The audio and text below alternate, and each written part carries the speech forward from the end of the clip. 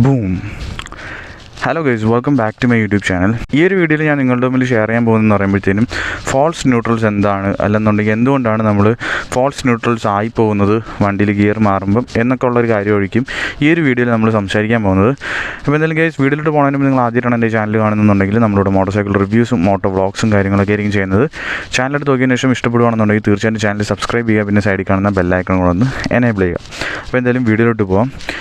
അപ്പോൾ guys, false neutrals എന്ന് പറയുമ്പോഴത്തേനും ഇപ്പം നമ്മളിപ്പോൾ വണ്ടി ഓടിക്കുന്ന ആൾക്കാരാണെന്നുണ്ടെങ്കിൽ നിങ്ങൾക്ക് പറ്റിയിട്ടുണ്ടായിരിക്കും. നമ്മൾ ഫസ്റ്റിലിട്ടിട്ട് സെക്കൻഡ് ഇടുമ്പോഴത്തേനും വണ്ടി ഓടിക്കൊണ്ടിരിക്കുമ്പോഴത്തേനും പെട്ടെന്ന് ന്യൂട്രലായി പോകുന്നൊരു വിഷയം.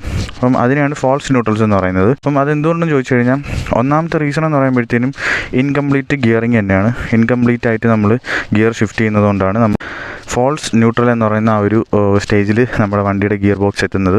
അതായത് കംപ്ലീറ്റ് ആയിട്ട് ആ ഒരു ഗിയർ ഷിഫ്റ്റ് ആവാത്തതുകൊണ്ടാണ് നമ്മൾ ചിലപ്പം പെട്ടെന്ന് മറ്റേ ലാവിഷായിട്ട് പൊയ്ക്കൊണ്ടിരുന്നിട്ട് നമ്മളെന്ത് ചെയ്യും, കംപ്ലീറ്റ് ചെയ്യില്ല, ജസ്റ്റ് ചെറുതായിട്ട് മാത്രമായിരിക്കും പ്രഷർ കൊടുക്കുന്നത്. അതുകൊണ്ടാണ് നമുക്ക് കൂടുതലും അങ്ങനൊരു പ്രശ്നം സംഭവിക്കുന്നത്. അപ്പം ആ ഒരു വിഷയത്തിന് ഒരു സൊല്യൂഷൻ എന്ന് പറഞ്ഞു കഴിഞ്ഞാൽ നമ്മൾ വണ്ടി ഓടിക്കുന്ന സമയത്ത് മിക്കപ്പോഴും ഷൂസ് ഉപയോഗിച്ച് കഴിഞ്ഞാൽ നമുക്ക് ആ ഒരു സിറ്റുവേഷൻ വരാനുള്ള ചാൻസ് കുറവാണ്. കാരണം നമ്മൾ ഷൂസിൻ്റെ ആ ഒരു വിഡ്ത്തൊക്കെ അത്രയും വലുതായിട്ടിരിക്കുന്നതുകൊണ്ട് തന്നെ നമ്മൾ ആ ഒരു രീതിയിൽ ഷിഫ്റ്റ് ചെയ്ത് പോകും. ഇപ്പോൾ നമ്മൾ ചെരുപ്പിട്ട് ഓടിക്കുമ്പോഴും അങ്ങനെയൊക്കെ ആ ഒരു സിറ്റുവേഷനിലൊക്കെ ഓടിക്കുമ്പോഴാണ് കൂടുതലായിട്ട് ഈ ഫോൾസ് ന്യൂട്രൽസ് എന്ന് പറയുന്ന സംഭവം അനുഭവിക്കേണ്ടി വരുന്നത്. ഞാനും പേഴ്സണലി നല്ലപോലെ അനുഭവിക്കാറുണ്ട്, ഇടയ്ക്കിടയ്ക്ക് ആവാറുണ്ട്, നാണം കെട്ട് നശൂരാവാറുണ്ട്. ഇടയ്ക്കിടയ്ക്ക് ഈ ആൾക്കാരൊക്കെ കൂടിയിരിക്കുന്ന അവിടെ ഇങ്ങനെ നമ്മൾ വണ്ടി കൊണ്ട് ഇങ്ങനെ നിർത്തിയിട്ട് ഫസ്റ്റിലിട്ടിങ്ങനെ എടുത്ത് സെക്കൻഡ് ഇടുമ്പോഴേക്കും വണ്ടി ന്യൂട്രലായി പോകും. അങ്ങനെ എന്ന് പറഞ്ഞ ത്രോട്ടിൽ RPM മാത്രം ഇങ്ങനെ കയറി അതൊരു വൃത്തിയിട്ടൊരു ഒരു അവസ്ഥയാണ് ഗൈസ്. അപ്പം എനിക്കും ഇടയ്ക്കിടയ്ക്ക് അങ്ങനെയൊക്കെ ആവാറുണ്ട്.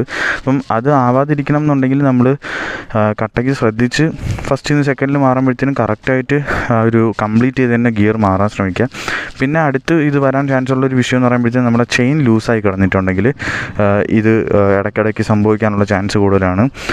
ചെയിൻ ലൂസായി നമ്മൾ കറക്റ്റായിട്ട് മെയിൻറ്റെയിൻ ചെയ്തില്ല എന്നുണ്ടെങ്കിൽ ചെയിൻ ലൂസാവും. അപ്പോൾ അങ്ങനൊരു സാഹചര്യത്തിലും ഈ ഫോൾസ് ന്യൂട്രൽസ് എന്ന് പറയുന്ന സാധനം വരാനായിട്ടുള്ളൊരു സാധ്യത കൂടുതലാണ്. അപ്പോൾ നിങ്ങൾ കറക്റ്റായിട്ട് ആ ഒരു കാര്യമൊക്കെ നോക്കി ഓടിക്കുക. പിന്നെ കറക്റ്റായിട്ട് ഇൻകംപ്ലീറ്റ് ആവാതെ നമ്മൾ, അതായത് ഇൻകംപ്ലീറ്റ് എന്ന് പറയുമ്പോൾ നമ്മൾ ചെറിയൊരു തട്ട് മാത്രമേ തട്ടുള്ളൂ, അങ്ങനെ ഗിയർ കംപ്ലീറ്റ് ആയിട്ട് അതൊരു ഷിഫ്റ്റ് ആകില്ല. അപ്പോൾ നമ്മൾ ചെയ്യുന്നുണ്ട് എന്ന് ഉറപ്പാക്കുക. ഓക്കെ, കംപ്ലീറ്റ് ചെയ്ത് ഷിഫ്റ്റ് ചെയ്യുക എന്നുള്ളതാണ് ഇതിൻ്റെ ഒരു സൊല്യൂഷനായിട്ടും എനിക്ക് പറയാനായിട്ടുള്ളത്.